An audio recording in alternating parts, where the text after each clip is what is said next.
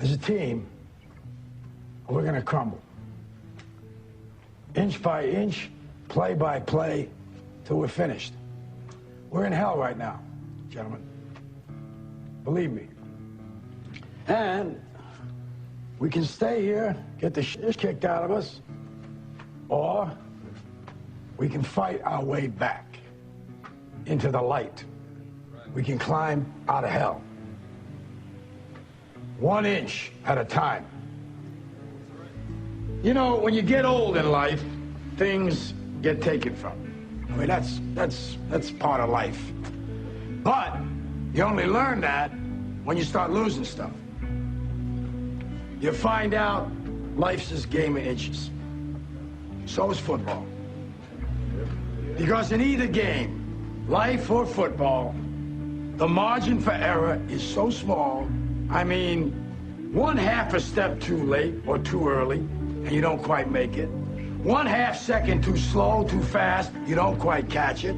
The inches we need are everywhere around us. Hell yeah.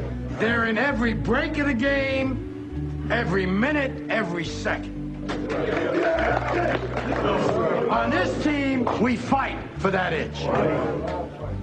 On this team, we tear ourselves and everyone else around us to pieces for that inch. We claw with our fingernails for that inch. Because we know when we add up all those inches, that's gonna make the fucking difference between winning and losing. Between living and dying. I'll tell you this, in any fight, it's the guy who's willing to die who's going to win that inch. And I know if I'm going to have any life anymore, it's because I'm still willing to fight and die for that inch. Because that's what living is. The 6 inches in front of your face. Now, I can't make you do it. You got to look at the guy next to you. Look into his eyes. Now, I think you're going to see a guy who will go that inch with you. You're going to see a guy who will sacrifice himself for this team because he knows when it comes down to it, you're going to do the same for him. Right? That's the team, gentlemen. And either we heal now as a team, or we will die as individuals. Man, that speech gets me fired up every week. That's why I play it as my opening. Welcome to the show, guys. This is Down the Rabbit Hole. I'm your host, Popeye from FederalJack.com. Thank you for tuning in. Today, I have a very, very special guest with me. And without further ado, I would like to introduce him so you guys could meet him and get to know his work. His name is Dan Dix. He formed a group up in Canada called Press for Truth. And he was inspired back from a Bilderberg meeting back that they had in Ottawa, Canada. And from there on out, he's been hot on the globalist trail. And, I mean, this guy is amazing. He is an amazing filmmaker. He is the voice for truth in Canada. You know, to all my Canadian listeners, if you guys didn't have Dan Dix, then you guys really wouldn't have truth in Canada. He is like the Canadian version of Luke Radowski, okay? He is a really awesome individual. So without further ado, I'd like to introduce you guys to Dan Dix. Dan, say hello. Hey, man, thanks so much, and thanks for having me on, man. I really appreciate it. No problem, dude. You're an amazing, amazing filmmaker, and you're just an amazing individual all around. And I want to get you as much exposure for your work as you possibly can. Your most recent film, Into the Fire, is incredible. I suggest everybody go out and buy a copy of it. Dan shows from a reality perspective, a truthful perspective, a real perspective of what happened on the ground at the G20. Dan, tell the audience about your movie and what caused you to make Into the Fire. Yeah, sure. We basically started working on this film basically when things started changing around here in Toronto, probably about 2 months or so leading up towards the G20 summit that came here last summer.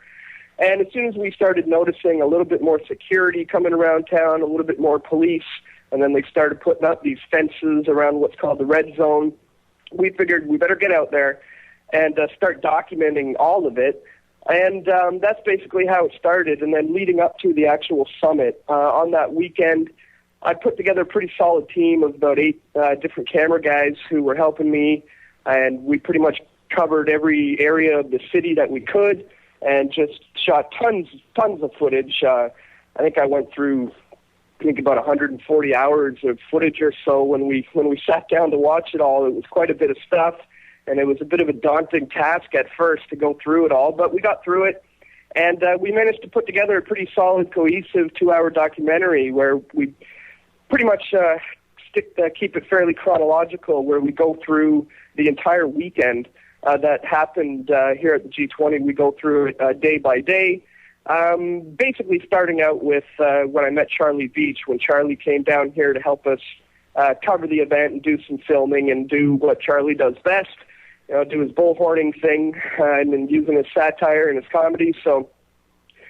yeah, we basically traveled around with Charlie for a little bit in the beginning, and that's when everything basically started. Is when Charlie got arrested, there is when everything started getting crazy, and we just kept filming. We made videos that weekend to put them out so people could see just what was going on, because the mainstream media certainly wasn't giving Canadians the true picture about what was going on, so people were tuning in to see it. And 9 months later, we've been working really hard on just making this film as solid as it can be, and just put it about 2 weeks ago there, and we're just hoping the link will spread. People, a lot of people need to see this film because we got more summits coming up. Got another one in France soon, another one in Mexico, and we hope that this film can give people the tools and show them what kinds of things they should be looking out for, and those sorts of things. So it's really important at this point. Awareness is key. We need everybody to see this film.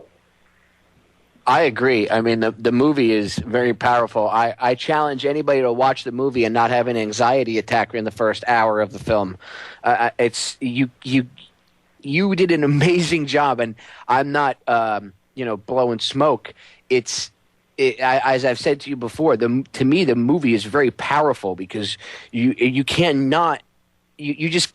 There's no way that you can't feel the anxiety and that you guys must have felt on the ground and the police state that it turned into. And it was so extreme because Canada, Canadians, you guys usually bust Americans, bust our chops and say, oh, you guys are kind of like gung-ho and cowboyish and, you guys want to fight.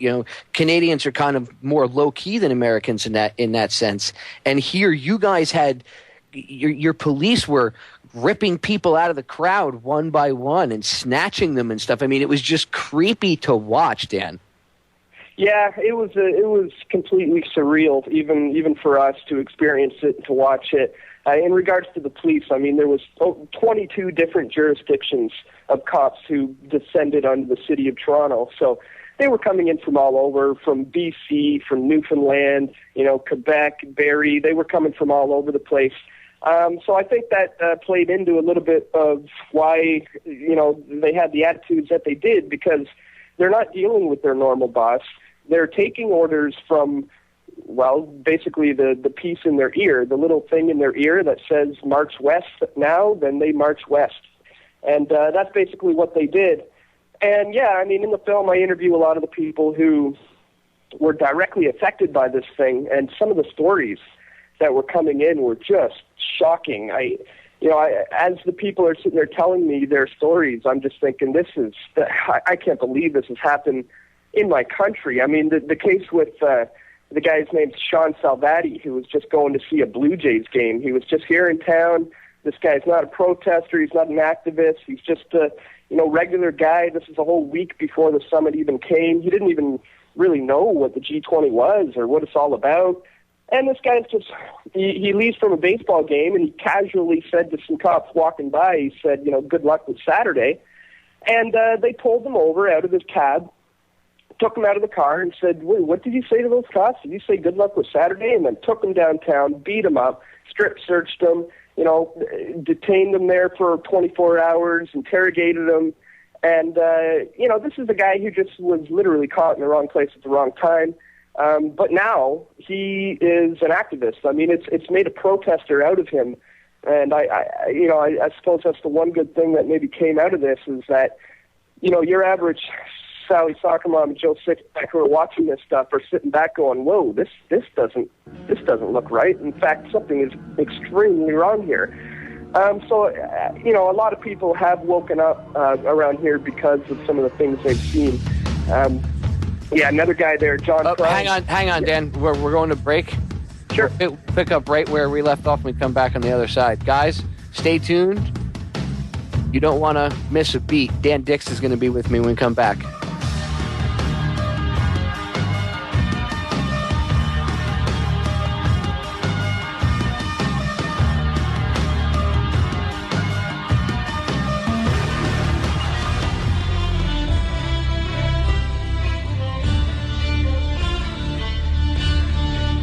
Welcome back to the show. This is Down the Rabbit Hole. I'm your host, Popeye from FederalJack.com. And today I'm joined with Dan Dix. And before we went to break, Dan was telling you guys about the G20 and about Canada and the police state, so I'll let him pick right up where he left off. Go ahead, Dan. Yeah, I was just telling you a little bit of some of the stories that were told to me and some of the interviews that I was doing there. And one of them that really stands out for me is a gentleman named John Crine. He's an elderly gentleman. He works for the Canadian government, and again, he was kind of wrong place at the wrong time. He was at Queen's Park, and they ripped his amputee, his leg off, his fake leg. The cops just ripped his leg off, and then ordered the poor guy to hop to the squad car. And so when he said, I can't do that, I physically am not able to do that. They dragged him along the pavement, and you see in the interview he shows you how his elbows were being dragged across the ground, and then they threw him in the paddy wagon and sent him down to what is now being referred to as Guantanamo Bay. They wouldn't give him his leg back because they said it could be used as a weapon, or it might be hiding weapons in it. And that's just one of the many stories that we unfortunately had to hear, but it was important for people to know these things, that what took place here, because you're certainly not going to get any of that from the mainstream media, that's for sure. Well, without a doubt. And I remember the story from even before the film. I remember the guy with the prosthetic leg being interviewed not only by you guys, but I think even the Real News picked it up because of your guys' coverage of it.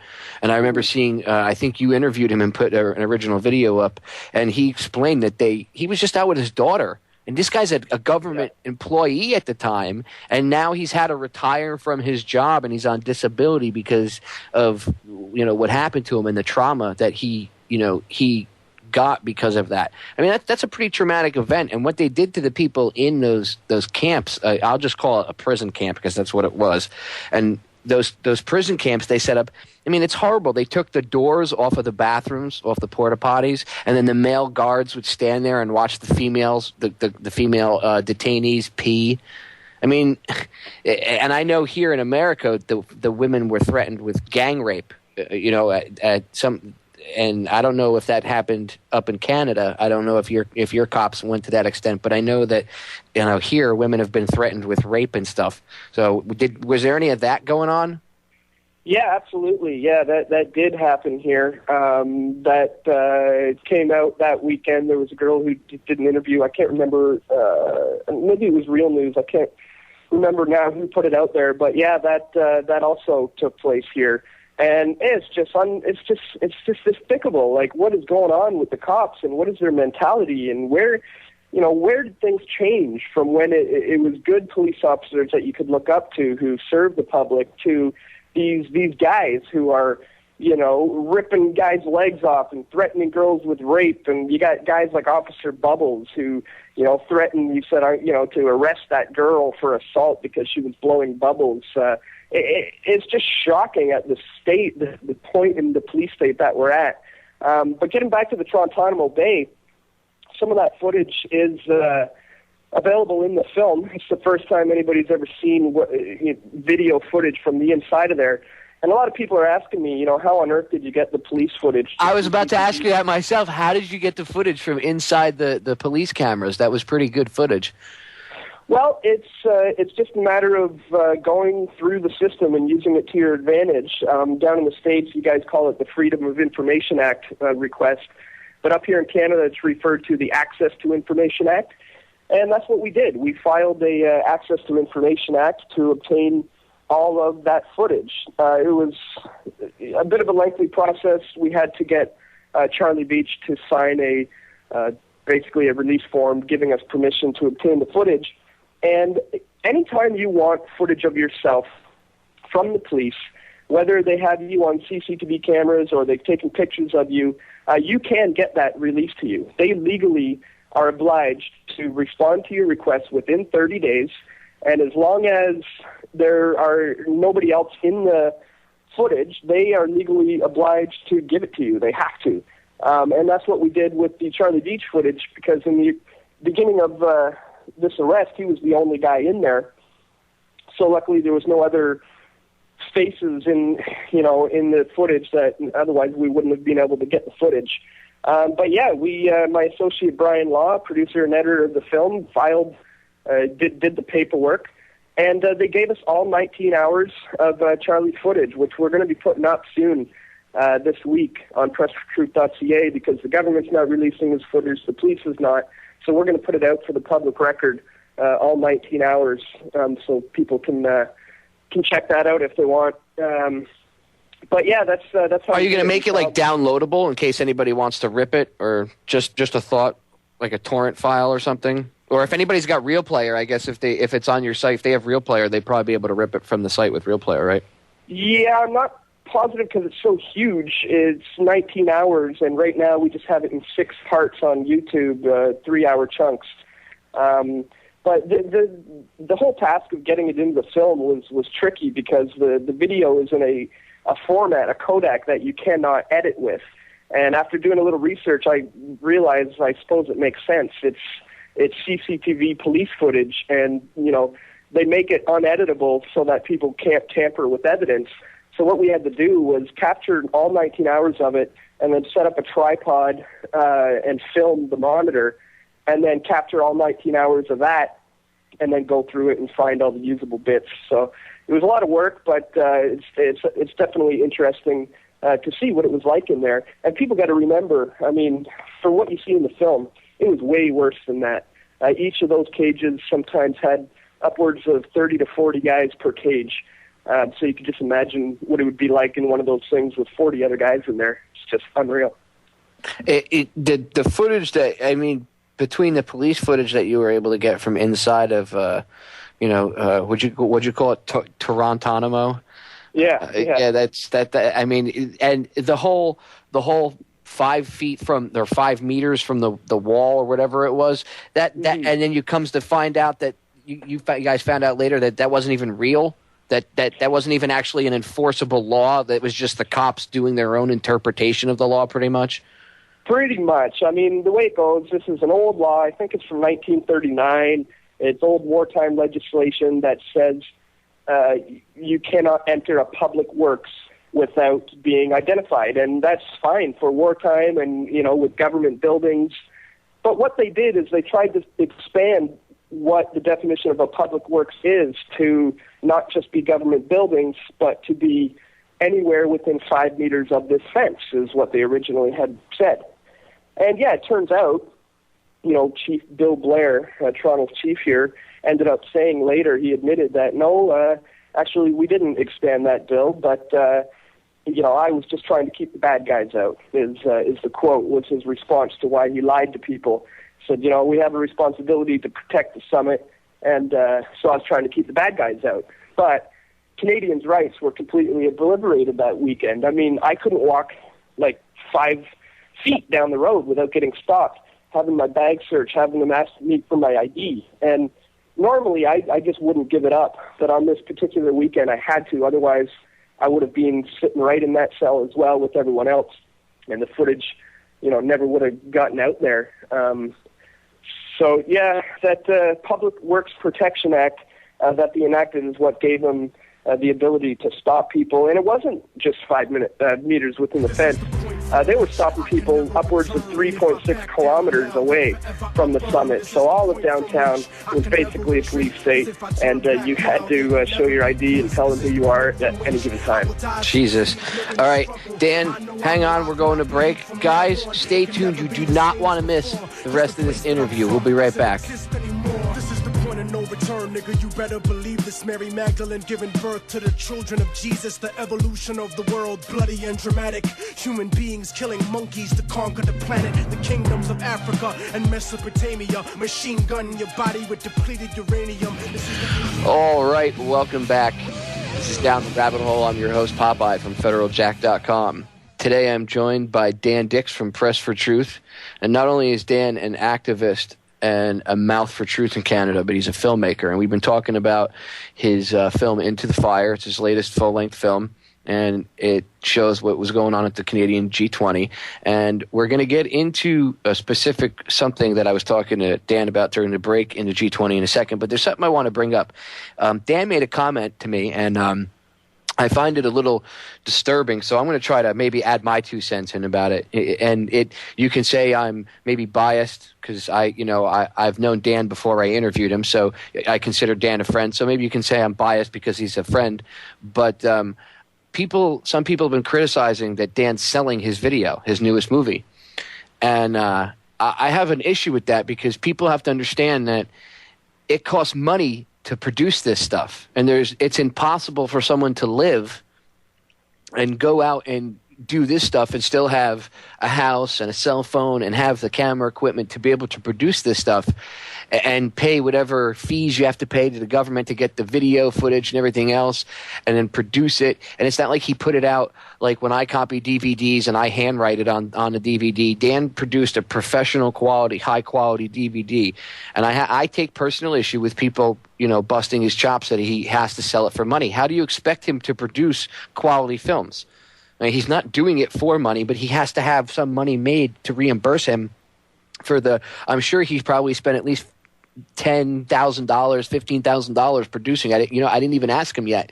And it would be up to him to tell anybody whether or not he wanted to actually tell how much money he spent on it. But I would venture a guess from the production value of it, it was probably 10 or 15 grand he spent on producing the film. And that's a lot of time and effort and energy put into it. So I think people need to back off and lay off him. That's just my personal view. But, I'll leave it at that.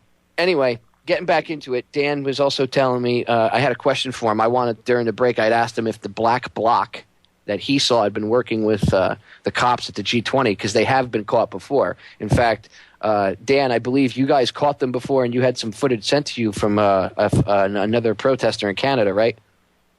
Yeah, well, the way that happened is I went to cover an event, protest in 2007 in Montebello, Quebec, protesting the Security and Prosperity Partnership. And I just captured a whole bunch of footage, so did my friend Steve.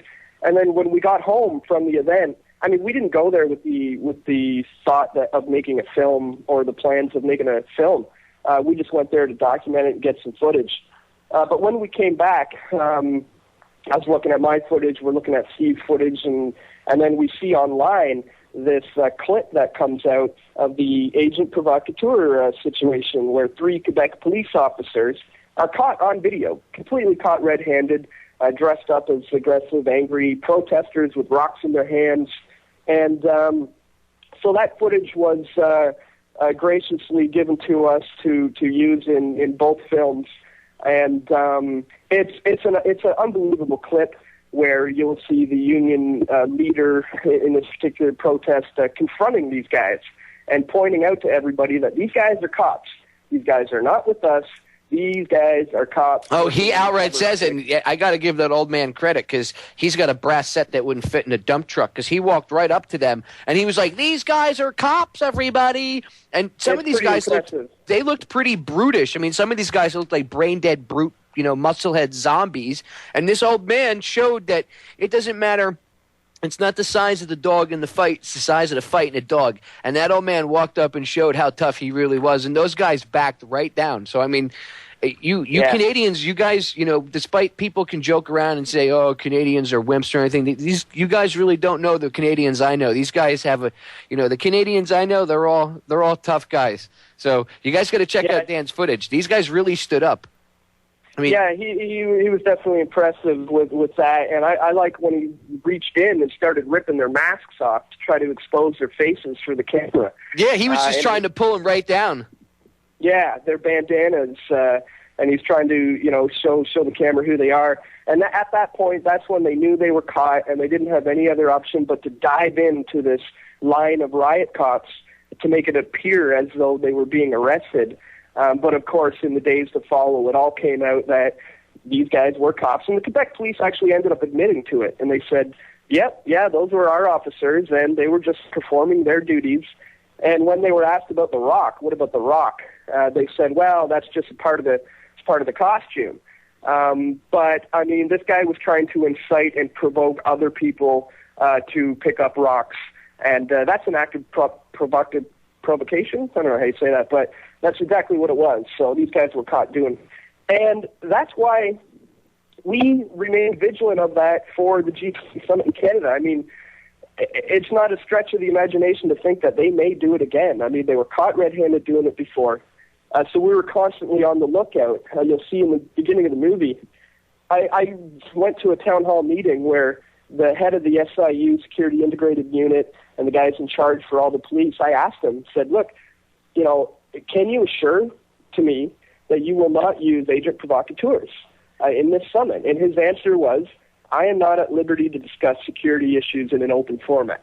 Yeah, that's very telling just by what he said. For sure. So we constantly were being on the lookout for that. And, the bottom line is what happened was the Black Bloc, it looks to be like it was about anywhere from 75 to 110 people or so, who anywhere where these guys were, there were no cops to be found. So they were basically given a green light to go ahead and smash banks and light 4 police cars on fire and walk around the city for an hour and a half, not being bothered whatsoever. There were even reports that came through that the police were, in fact, ordered to stand down. They had direct stand-down orders saying, do not engage, do not engage. It's frustrating for the police officers, too, because they're just sitting there watching it happen, and the thing in their ear is telling them, don't engage. So the bottom line is, which is interesting. Who gave the order to allow the Black Bloc to go and bust windows, attack banks, set cars on fire, take photo ops of themselves on these cars and all over the cars, and yet peaceful protesters who were people that weren't even protesting, people that were just sitting in the park, got assaulted and arrested. Yeah, and that's another point we make is that, these cars were allowed to burn for hours. They were almost dripping metal at the end of it. They were allowed to burn because they had to assure that the mainstream media got their photo opportunity, and that's all people saw around the world when they tuned in on TV was the burning cop cars. And of course, this, takes away the message from the 40 to 50,000 legitimate protesters there with a very legitimate cause are now demonized, and the rest of the world is looking at them as, oh, look at these bad protesters. Of course they had to kettle them. Of course they had to have the most massive arrests in Canadian history because look at what those bad guys did. But the bottom line is it was a very, very small percentage, about 75 kids and anarchists dressed in black who caused the destruction. And the bottom line is they were allowed to do it. So it's a tactic that we've seen over and over again now. And that's why we need people to always be on the lookout for that. Because if they've done it before, they can do it again. So we got to keep an eye out for that. Well, dude, if it weren't for people like you, and look, I have to give credit to everybody. The amount of people that you got footage from. I watched the movie, even the credits till the end, and the amount of people that gave you footage was just unbelievable. So for anybody that hears this broadcast in the future, listening now, hears it on a rebroadcast, if you guys took part and gave Dan footage, kudos to you. Congratulations for standing up. Yeah, I want to say that. I mean, it was just awesome.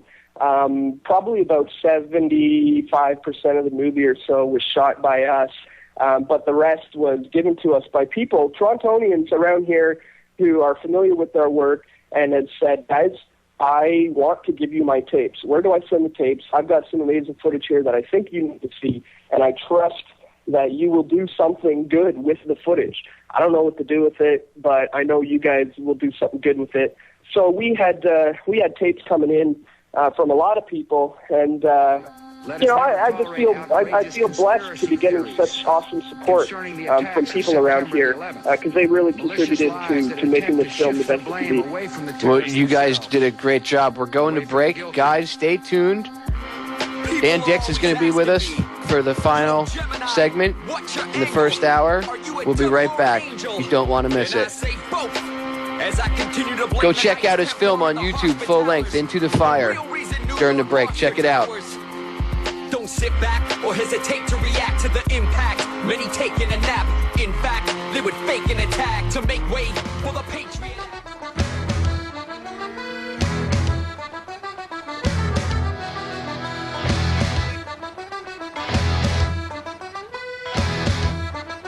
Welcome back to the show, guys. I'm your host, Popeye from FederalJack.com, and you're listening to Down the Rabbit Hole. All right, before we went to break, we were speaking with Dan Dix, and he was talking about the Black Bloc, and I had asked him whether or not he thought the Black Bloc was working with the police at the G20, and he was going into the details of what he saw, and he didn't really think that from what he saw, he couldn't see that they were directly working with the cops, but there was some shady activity going on, and which he talked about. And during the break, we discussed that if anybody has footage, that if you see the film, go watch his film, and then if you have footage that you think you might be able to back up or even expand on what Dan has, you can send it to him. Dan, how can people send you footage? Yeah, if people have things that they think are of interest that they'd like me to see, definitely can send it to P.O. Box 125, Station B, Toronto, Ontario, M5T2CO. And, if you send it to that, I'll appreciate it. And, of course, we'll make a big buzz if there's some interesting things there. So we always appreciate that kind of support. And Dan, go ahead and give everybody how they can view they can order. How can they order a copy of Into the Fire? They can go to your website. Give out your website info. Sure. Yeah. Everything's on at pressfortruth.ca, and of course we release all of our films online for free. Like you were saying earlier about selling it, I mean, if people know me, I woke up in 1998. I've been doing this a long time. I'm in this to get the word out. But I mean, we do need help. We just simply can't continue unless we have people's support. And that's why we go all out on the DVDs. I mean, Into the Fire's got hours and hours of extra features, behind the scenes stuff, deleted scenes. My friend Steve, the producer, made a behind the music featurette showing how we did the soundtrack, and lots of cool stuff for the DVD. So if you want to show your support, you can get it at pressfortruth.ca. You can also watch it there for free, and everything's there at pressfortruth.ca. All 3 films, you can order them or you can watch them. That's the link. That's awesome. And again, guys, even if you watch it online on YouTube for free, support Dan. Go to Press for Truth, go to their website, and buy the DVD. It's $20. Okay, I bought 2 copies personally from him, one for myself and one for a friend of mine.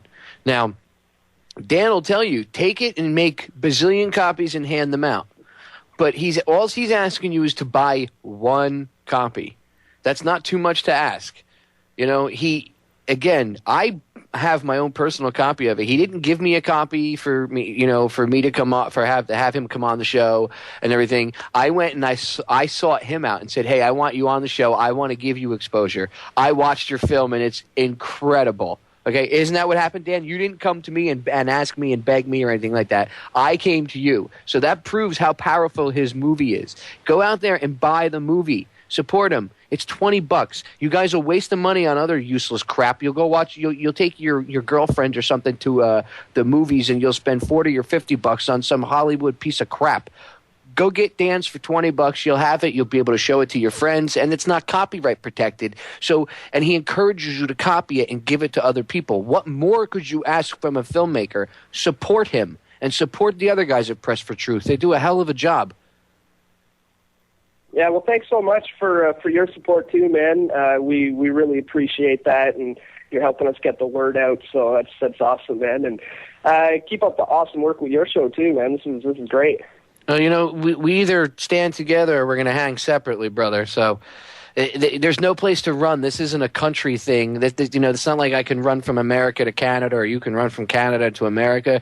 We're screwed all over the world. This is the new world order we're up against. So we all have to come together. And, you know, myself, I'm working with, you know, Bob Tuskin. I work with Bob Tuskin. I work with the guys at the Intel Hub. They work with me.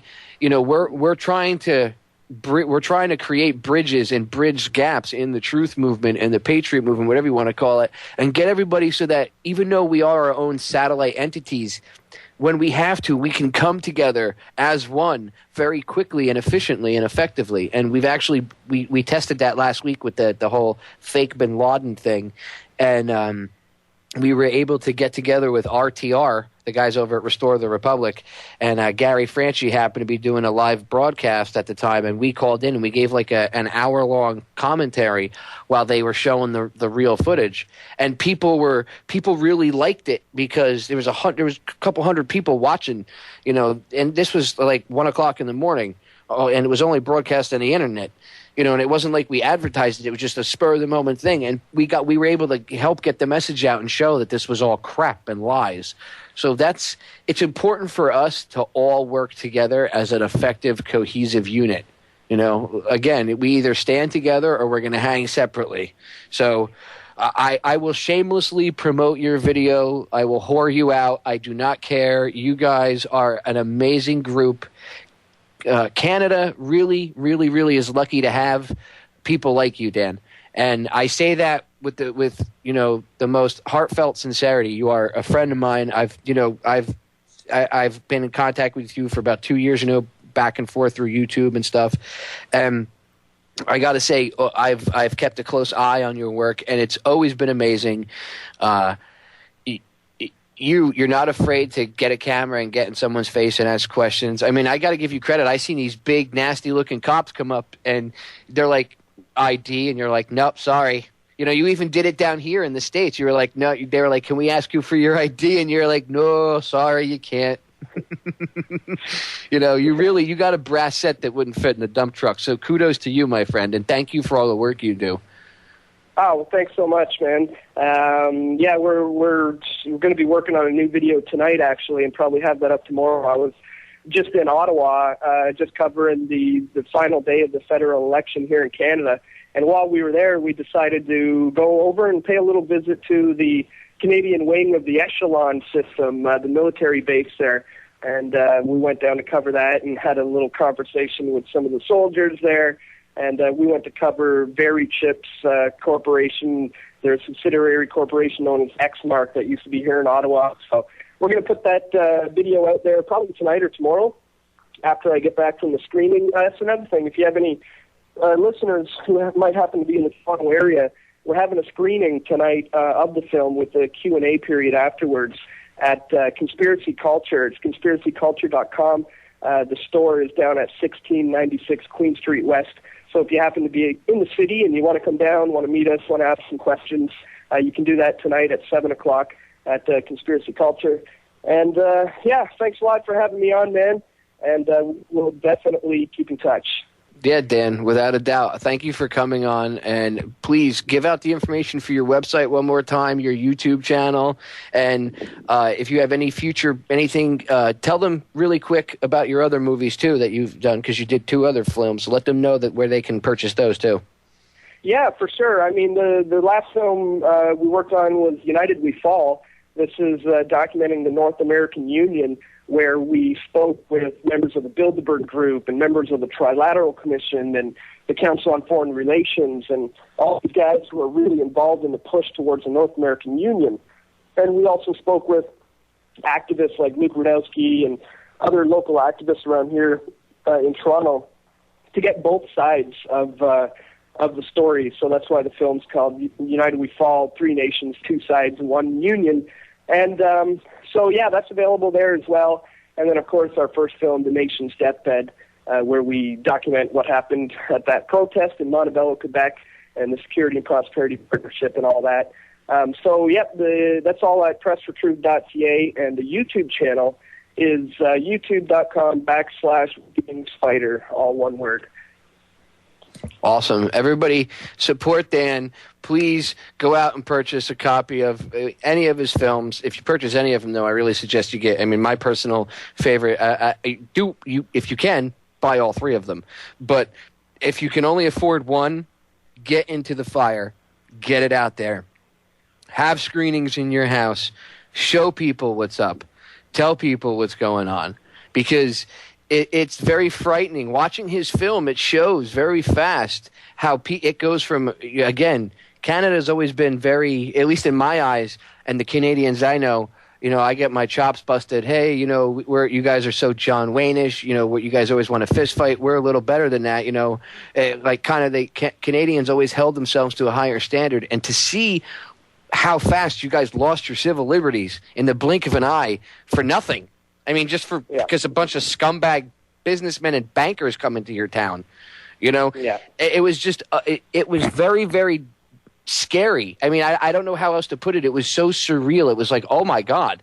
You guys, again, I always held you guys to a higher standard than Americans, because Canadians, a little more, you guys are kind of like a cross between the French and Americans. You guys kind of took what's good about both. Canadians have their own faults too, but you guys took what's good about both cultures and kind of use them, and it was very disheartening to see how fast it went to a police state, Dan.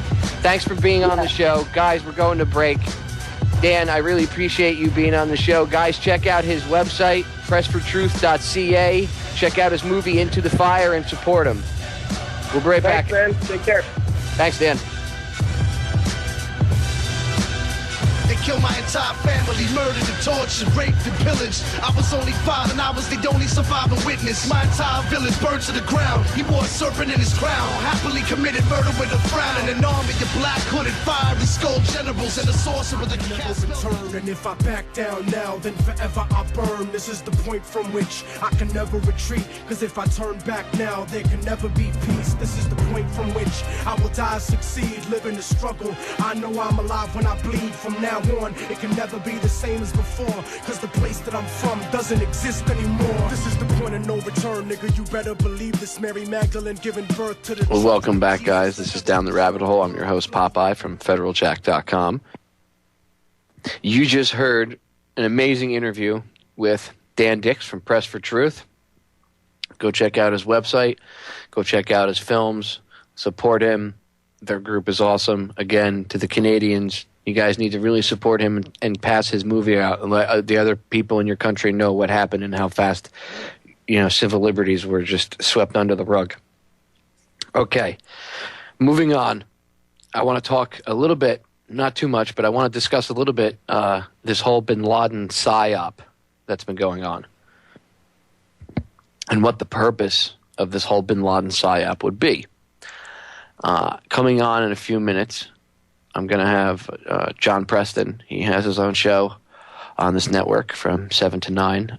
John is, to anybody that knows or listened to John's show or has heard him on my show before, John's retired Special Forces. He's a Green Beret.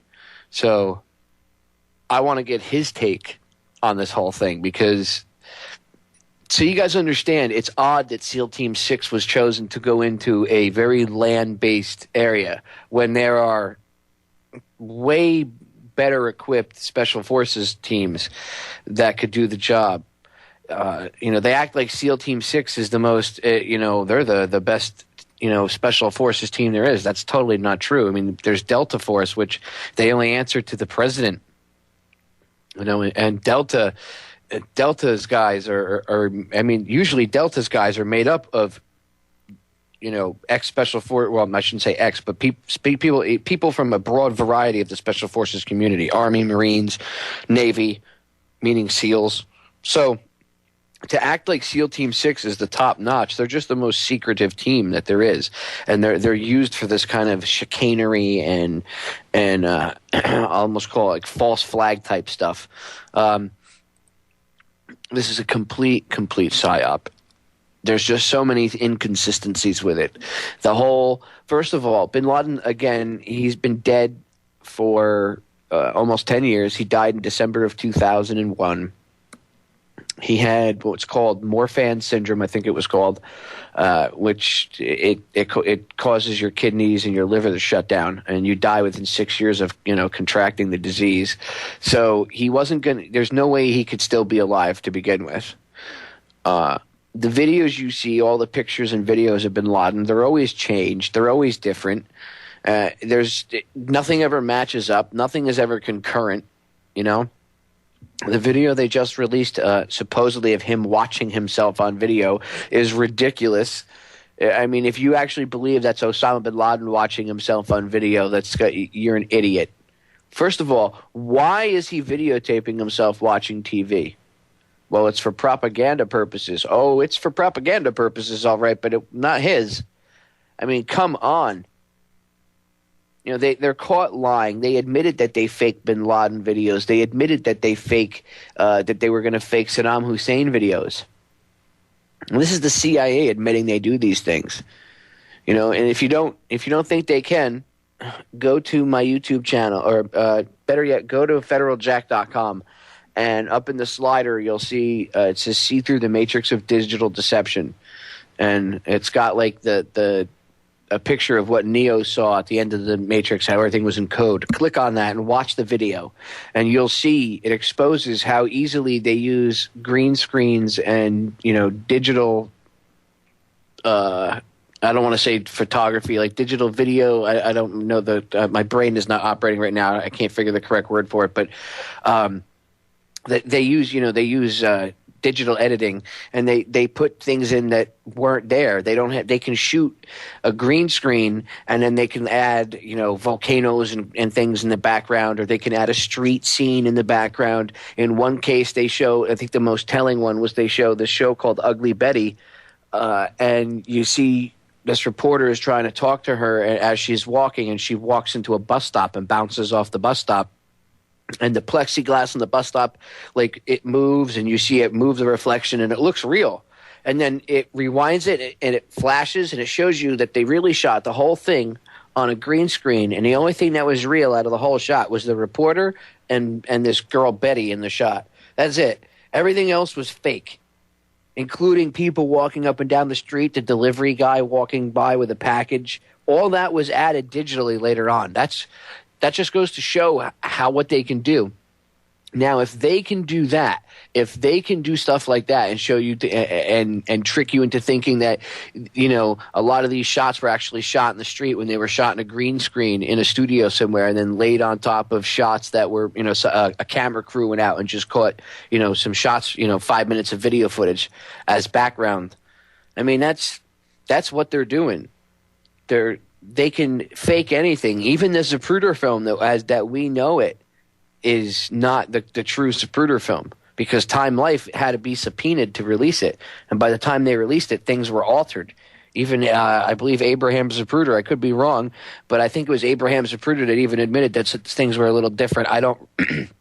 I could be wrong. There's so much information out there about the John F. Kennedy assassination, but it did come out that it had been altered. I don't remember if I'm correct in saying that Abraham Zapruder had also agreed that it had been altered. He might not have, but he did admit that he was people offered him money for the film and everything else, and that they quickly bought it off him. And I mean, you got to wonder, why would they want the film? Time Life bought it and locked it up forever. And there's enough evidence to prove that it had been altered and tampered with. So it's just, look, if they could do it back in the 60s, think what they can do now. They didn't have the digital technology they have now. They didn't have the 3D hologram technology they have now. If everybody remembers, back in 2008, during the election, you had Wolf Blitzer in studio, and one of the pundits for CNN, they digitally had her pop in by a 3D hologram.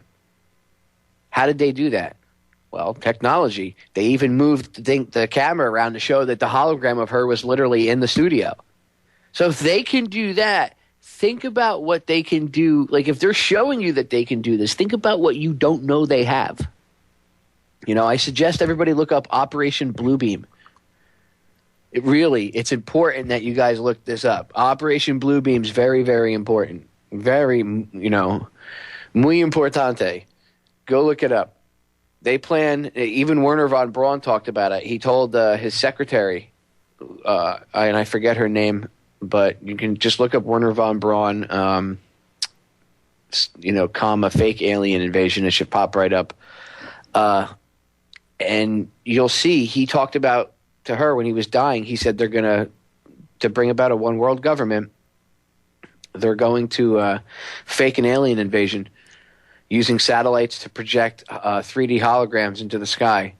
And then if you go on YouTube, you'll see videos of like the Virgin Mary and stuff, and people, oh my God, freaking out that they saw the Virgin Mary and everything in the sky, and it totally wasn't really the Virgin Mary at all. It was just, this 3D technology that they have.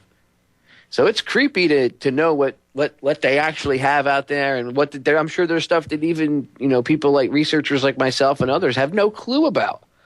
I can only imagine what they have hidden in all these underground bunkers. My personal take on the whole underground military base thing is the fact that I don't believe that it's all just doomsday stuff. I believe inside those bunkers, there's eugenics projects going on. I believe they have like technology that we're not privy to hidden in there, because it's easier to hide it in an underground bunker than it is to, you could have a landing pad up on top of a mountain, or hollow out the top of a mountain and have it open up like a set of doors and have a plane. They have vertical takeoff aircraft. So these things can just whoosh, whoosh, right in and out. So, they travel vertical, sideways. There's no dimension that these things can't fly into or out of. And by some research, and when I say these things, I mean these spectacular vehicles that they pretend that are UFOs. And yes, I do believe in aliens and stuff, but I think a lot of the UFO sightings around that people see are these especially around Area 51, is this technology that they're testing.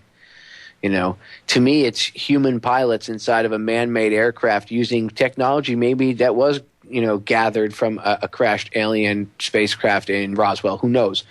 The only way we'll know the truth is, first we have to take back our government, okay, and then we can go release these files that they keep everything top secret, and at least find the truth out. The truth may be really odd and really scary, but at least it's the truth.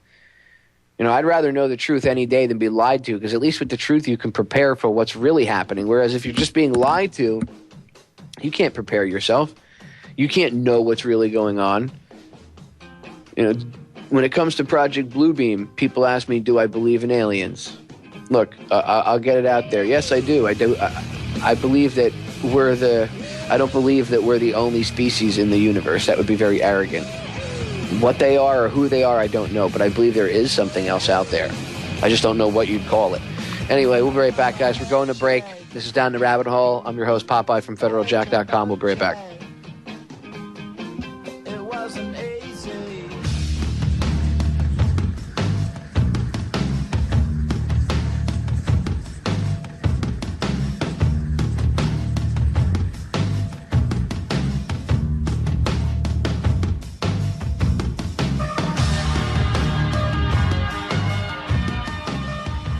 Welcome back, guys. This is Down the Rabbit Hole. I'm your host, Popeye from FederalJack.com. Before the break, we were discussing, technology, and I was talking about all the technology that the military has and that we probably have no clue that they have. Okay, so like again, if we know about HARP, it's because HARP is an older version of scalar technology. There's stuff out there we don't know about. There's scalar weapons that they have attached to ships, and scalar technology can be used to do many different things. HARP is a version of scalar technology. It's direct energy weapons. You can look it up, go on Google, Bing, whatever your search engine of choice, Google, whatever it is, and go on Federal Jack. You can look up. I have a couple of different articles about Project Bluebeam and about HARP. I have a ton of stuff about HARP, scalar weapons. There's many other websites that have way more stuff than I do. I can't even begin to think of them off the top of my head. You can just, again, look in a search engine for scalar, SCALAR weapons, and HARP. Look up who Nikola Tesla was. This technology has been around for over 100 years. The whole idea that we have to pay for electricity is absurd, considering Nikola Tesla wanted to make the Tesla coils that you see that these scientists playing with and they admit that they use. Okay, go look up what a Tesla coil is. Well, they were going to use these Tesla coils were going to be used to pull the Earth has, and I'm not going to go into this too deep, but the Earth, it's called 0 point energy, and look it up. It's really interesting. Anyway, he was going to tap into this Earth created, natural energy from the planet itself. And he was going to be able to, with these towers, to give everybody like a wireless free electricity grid that anybody could tap into and have unlimited free electricity from the Earth. You wouldn't have to pay for it. You wouldn't have these nasty, atomic bomb waiting to go off plants that are sitting around the United States and the rest of the planet. Look at what happened with Fukushima. You wouldn't have these. You wouldn't have big petrol-eating, diesel-eating generators running at the other electric plants. You would be able to have this free energy. And J.P. Morgan, who was funding his research, he had little spies all over the place. He found out what was going on, and he went, "Oh hell no!" and tore down Tesla's tower and everything else, and canned his research. Took away all his funding.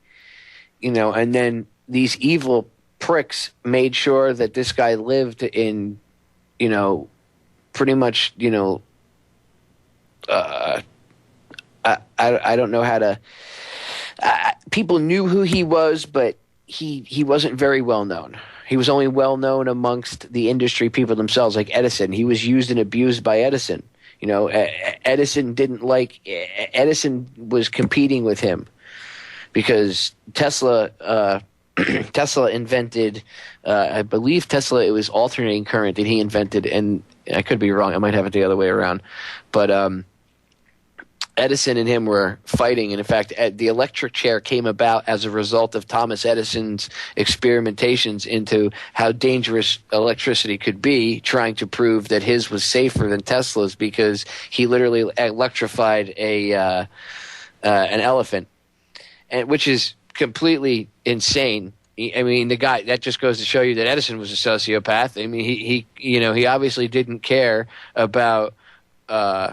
He didn't care about the animal. He just decided he was going to kill it, and just to prove that somebody's version of electricity, and it really wasn't their I shouldn't say version of electricity. It was two different ways of having electricity running wiring. You have alternating current and you have direct current.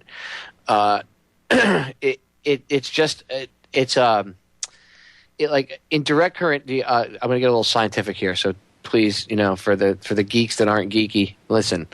In direct current, you have the electrons flowing steadily in a single direction, like forward in like a loop. Okay, is everybody on the same page? Whereas in alternating current, okay, it's flowing in multi-directional. Okay, it's not just like, it's the difference between, the best way I could describe it is. I'm trying to think how I could describe this in layman's terms. It's not easy to do this.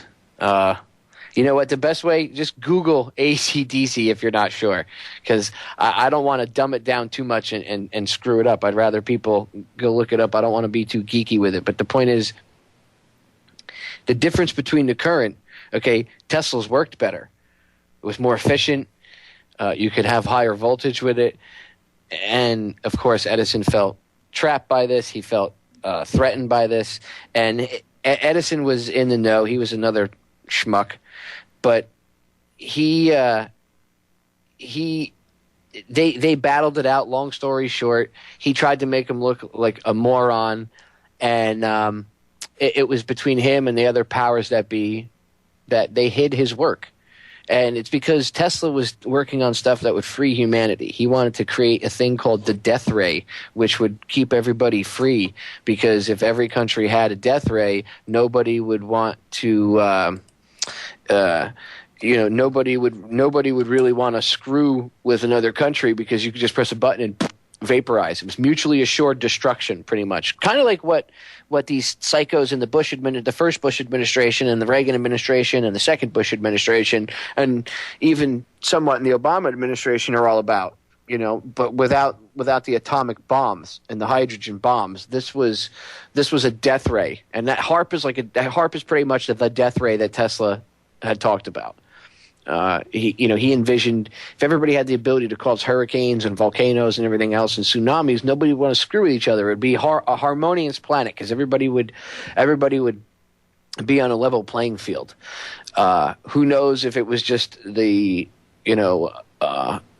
dreams of a mad scientist, but this guy really had his technology and his science together. He knew his stuff, and he was just incredible. And when he died, the FBI was waiting like salivating dogs to pull his paperwork. I mean, he died, and his body was still in his bed, and they were literally confiscating his paperwork. So they kept it very quiet. His death is a little shady. The details of his death, I suggest you go look into it. It's a little shady. I mean, he was old, but it is plausible that they might have ushered his death along in order to get his stuff. Because again, the people at the very tippy top, or at least at the tippy top of what we see, not who really controls things, but at the tippy top and of what we see and what we know. We're pulling the strings, and who knows? I mean, J.P. Morgan had his fingers in everything, and his corporation has their fingers in everything, and it's run by the Rockefellers, and they have their fingers in everything, and they're controlled by the Rothschilds. They have their fingers in everything, and they get that. Look, the Rothschilds aren't the top of the heap either. Don't get me wrong. They don't control the royal family of England. That's a fallacy. They work hand in hand with the royal family. They're all part of the black nobility families that rule things. And I don't even believe that they're the top of the pyramid. There's probably people. There's got to be something above them, because they're not smart enough to come up with half the stuff that they do. Look what happens when you allow them to come up with their own stuff. You get things like the fake Bin Laden psyop. Never tolerate outrageous ridiculous. Or 9/11. Concerning the attacks of September the 11th. Thanks, George. Guys, we're going to break.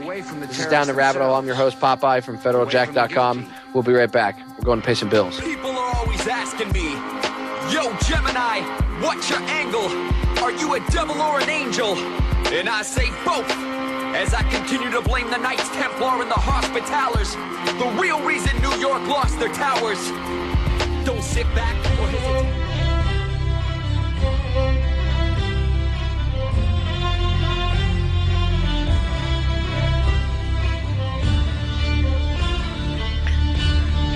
Welcome back. I'm your host, Popeye. This is Down the Rabbit Hole. Before we went to break, we were discussing video fakery and HARP and Tesla and free electricity and directed energy weapons and scalar technology. And if anybody listening thinks this is crazy, it's not. It's all out there. The electricity you have in your house is alternating current. And if it weren't for Tesla, you wouldn't have it. The remote that you watch your TV with, you wouldn't have the wireless technology if it weren't for Tesla. Your cell phone, the wireless technology that was the first cell phones were based off of, were because of Tesla's work. Shall I go on? and yet you're not taught about him in high school. You're taught about Thomas Alva Edison, but or however you say his name. If I think that's his middle name was Alva, I could be wrong, but you're taught about Thomas Edison, and you're not taught about Tesla at all. And if you hear about Tesla, they make him always sound like a crazy kook. This guy was definitely not an idiot savant. He was not stupid. That guy was just, he might have had quirks, as many highly intelligent people do, but this guy was amazing. He was a genius. And they feared his genius because Tesla wasn't an evil guy. He couldn't be corrupted like these people. He wasn't the kind of guy that would sell out. So because he wasn't a scumbag, he ended up living in poverty most of his life, and he died a broke man. And he invented many of the things that you take advantage of today. So at least do the guy the honor of researching who he is and educating, the people around you as to who Nikola Tesla was. Amazing, amazing individual. And his work has been ripped off by our government today. And again, it's used in HARP technology. It's used in other scalar weapons. It's amazing. The technology we have today is just incredible. We have rail guns, stuff they won't admit. I know somebody that told me that when he was a fellow vet, told me when he was active duty, he saw an M1 Abrams tank, and this guy's an honest guy. Like, he wouldn't, this guy's not the type of guy that would make up stuff. I know him. He's a personal friend of mine, and he told me he's seen rail guns on an M1 Abrams tank. And that's why they're not worried about giving the M1 Abrams tank as we know them today to the Iraqis. If you notice, we just gave them a bunch of Abrams tanks, and we're teaching them how to use Abrams tanks. And Egypt has Abrams tanks. Why would we give all these Middle Eastern nations tanks that we have that would put them on the same level as us? Well, that means that we have something. When we start selling our weapons to other people, that means, we sell certain weapons, but when we start selling tanks and stuff that we have to other countries, we have something better already. You just don't know about it yet because it doesn't make sense. The military wouldn't do that. The military, they're not retarded. The Pentagon wouldn't do something stupid like that. And I know the technology that they have out there, so it makes perfect sense that they would sell the older tanks, the 20-year-old, version of these tanks to, and they're not 20-year-old tanks. They're new tanks. They're just, they're going off older designs, and there might be specific things, added or taken away for the Iraqi desert. But those are not the tanks that our military, if that's not the hidden stuff that we have. And the other purpose it serves is when you're creating a world government and you're going to have a world army, it pays to have all the same equipment, because it's a lot easier to fight your enemies if you're on a tank and your tank gets taken out, and you can run over and just hop in the guy's tank next to you if he gets killed, and take his tank and run with it. Or vice versa. If your tank gets taken out and you get killed, somebody can run over and take, at least take your tank if they can man it and ride off on it. So, if you're creating a world army, it also makes sense. It's a little creepy to know that all these, and I'm not picking on the Middle Eastern countries, but it's creepy to know all these Middle Eastern countries have a lot of the same weapons we have. I mean, the Israeli Air Force wouldn't exist if it weren't for the United States. So every time they bomb the crap out of Gaza, the United States citizens should really take that into account. That's your tax dollars at work right there. We're giving them all these F-16s and everything. It's very telling how we arm both sides of the conflict. The Egyptians don't like the Israelis, and the Israelis really aren't too fond of the Egyptians, and yet we've armed both of them. Now, I know they would have gotten their armaments if it weren't from us, from somebody else, but so that makes it any better. So, that's better to make a profit off of it. That's not an excuse. And I hear that from people. Well, if we didn't sell them stuff, somebody else would do it. Well, how do you know that, first of all? And second of all, you're right. When it comes to armament, they probably would get it from somewhere else. I mean, the Egyptians came to us after World War II and asked for armament, and we wouldn't give them. Finally, they had to go buy stuff from the Soviet Union, but they begged us for it, And the equipment that they had at the time, they didn't have proper training and stuff. That's how come the Israelis were able to kick the crap out of them in the 6-day war. The initial fight was like 90,000 well-trained, well-armed, some of them were already battle-hardened Israelis versus 30,000 demoralized, horribly trained, ill-equipped, ill-armed Egyptian troops. Well, that's not really a fair fight, That's like picking a fist fight with a mentally retarded kid that had just drank a 6-pack in 10 minutes. Come on. It's not fair. I'm not picking on Israel. I'm not trying to, for anybody in the audience that's Jewish or I don't want to hear be called an anti-Semite. I'm not picking on I'm not picking on the citizens. I'm just saying, I'm stating facts. And again, if you research the 6-day war, you'll realize that there was actually a military coup inside the government of Israel about 4 days before that whole thing kicked off and before the Liberty was attacked and everything else. So there really was no Arab threat to wipe out all of Israel. That was just some rhetoric. Even the top Israelis admitted later on. I got to look up the guy's name. He's a BBC war correspondent. He was there. His name's Ben, but I have to try to find it. He wrote a couple books about it, and the title of the one book is Zionism: The Real Enemy of the Jews, and it's incredible because you see that their own Israelis leadership admitted that they started that. There was no reason that they had to go in there and fight Nasser of Egypt. There was no reason at all. There was no reason to attack Jordan and Syria and take the Golan Heights. There was not. I mean, for them, for the Israelis, they had their own reasons, but there was no military protection reason. There, strategic value to them maybe, but for protection, no. Invasion, yes. Protecting yourselves from other people, no. There was no way that they could have screwed with Israel, and they knew this. And it's a very shady situation. But there was a military coup in Israel a couple of days before, and the secretary, their version of the Secretary of Defense, I don't know if they called him the defense minister or whatever, but he's the one that ordered the attack on the USS Liberty, and Secretary Diane, and he was an evil dude. He's kind of about as evil as Ariel Sharon is. And the rest of them. These people don't care about. They don't want to. They don't want peace. They don't want a Palestinian state.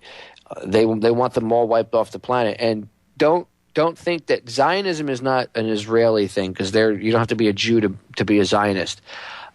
It's like a political ideology. And yes, I guess. There are mostly the Zionists are these hardcore right-wing Jews in Israel, but these guys aren't the Jews that you think they are. They're not the Jew next door down the street. And I have news for you. A lot of people in the Jewish community don't back what Israel does because they see what Israel is doing as a war crime. So you can't blame every Jewish person for the crimes of a nation state. Okay, that's like blaming every American citizen for the crimes that Barack Obama and his administration have done, or the crimes of George Bush, or the crimes of the Clinton administration, or Bush Sr., or the Reagan administration. To a certain extent, we should be held accountable because we're allowing this stuff to go on. Now, many of us were asleep back in the day. Now we're waking up. Now, something needs to be done about it. We need to have arrests and hearings and hold these people accountable. Otherwise we're going to be held accountable like the Germans were. All right, guys, we're going to break. We'll be back in a few minutes. The name of that writer, by the way, is Alan Hart. Alan Hart, Zionism, the Real Enemy of the Jews. Go look it up on Amazon.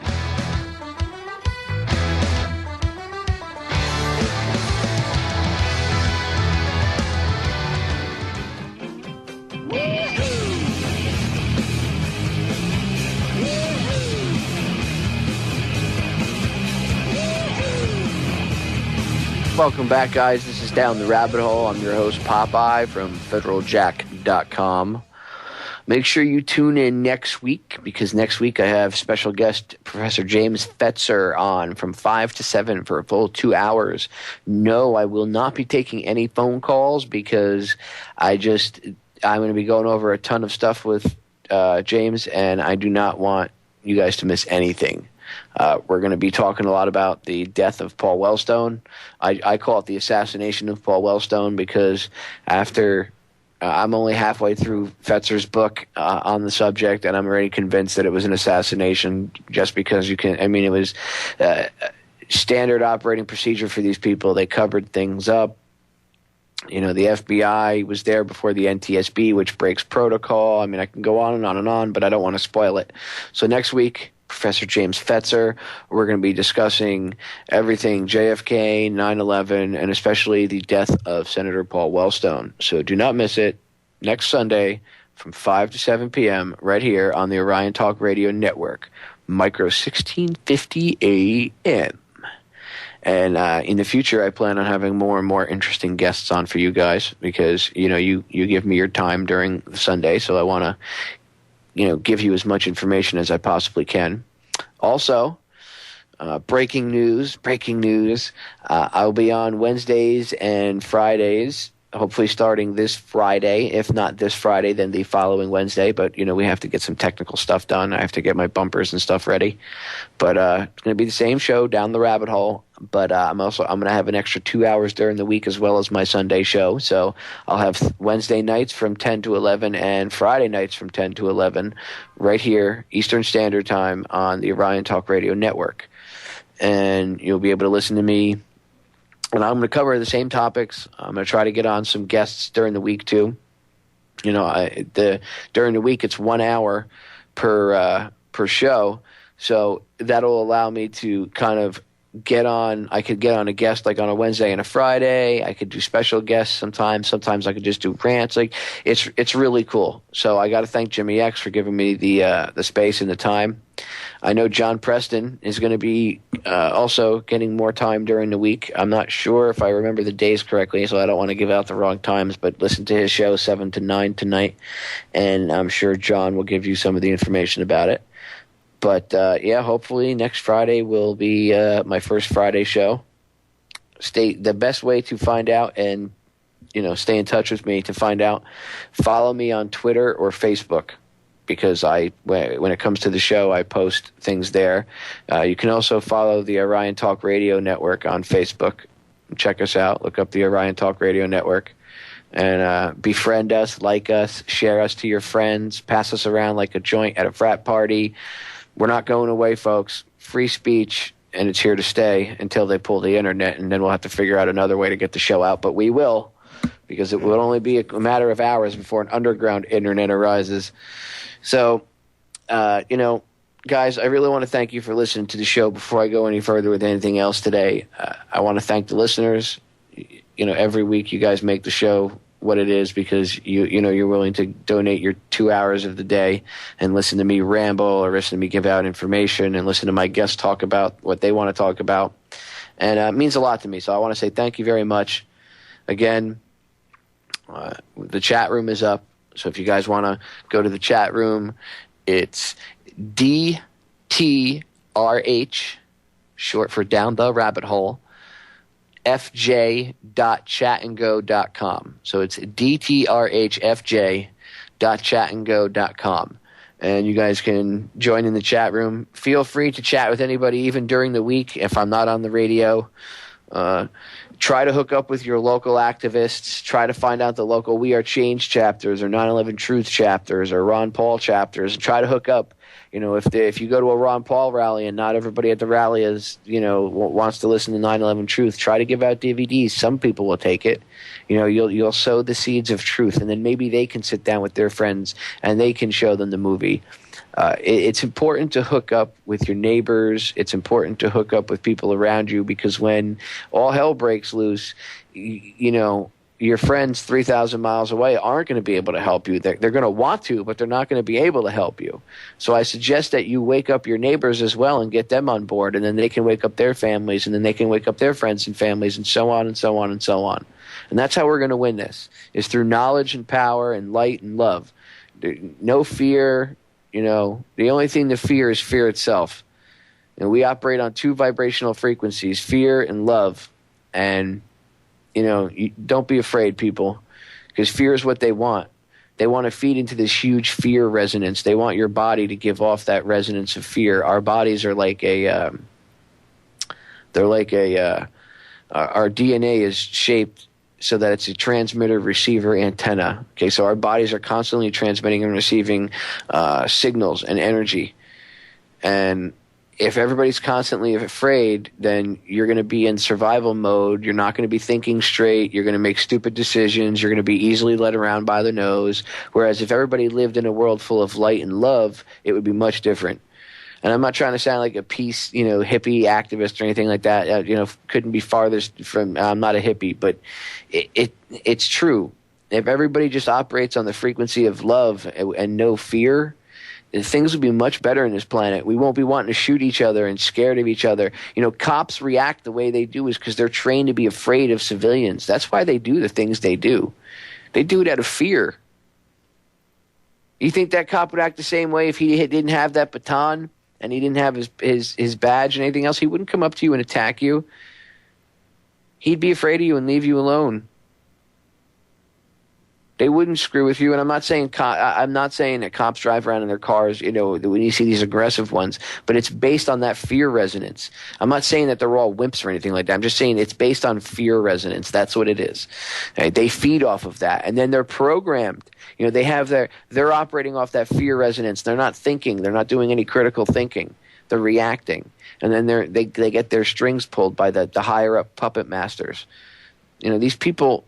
These sick elites, they think in terms of 20, 30, 40, 50 years, and they've got plenty of practice of playing with people's minds and everything. They do this stuff all the time. They don't care about us. Henry Kissinger, referred to military men and women as dogs. And if you look up, actually, there's a lot of interesting research. If you look it up, you'll find out that the symbolism that police officers and military members, their full dress uniforms and stuff are festooned with are actually degrading to them.